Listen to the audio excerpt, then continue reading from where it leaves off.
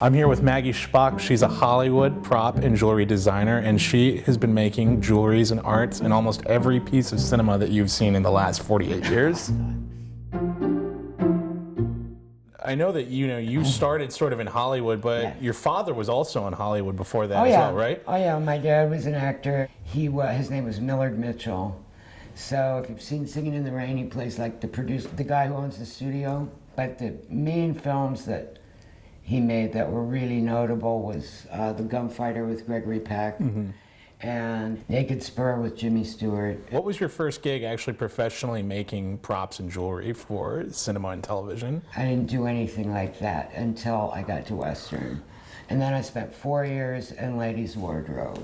Some of the first things we made when we owned the shop, there was an hour variety show every week. That was the Julie Andrews hour. She had her own show.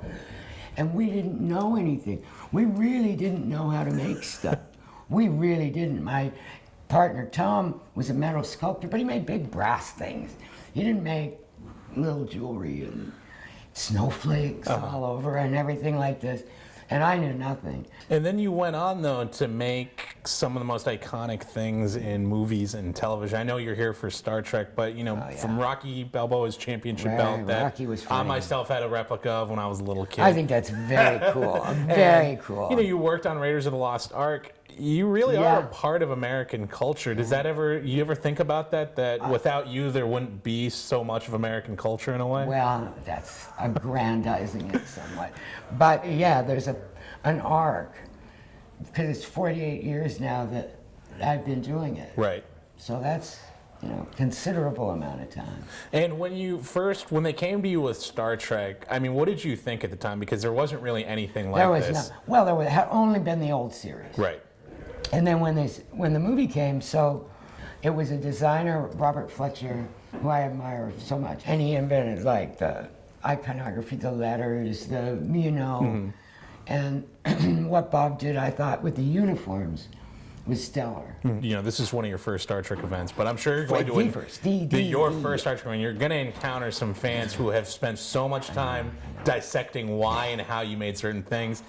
Did you ever think when you were making this that someone was going to be sitting there in an academic way trying to say, well, why are the ridges like this and why are the curves like this? No, but it started early. It started early. And what was that like when you first encountered it? It started early because Star Trek 1 had come out, and this gal came up and she wanted that Koh-i-Noor necklace with the red that Mr. Spock is going to be given at the beginning.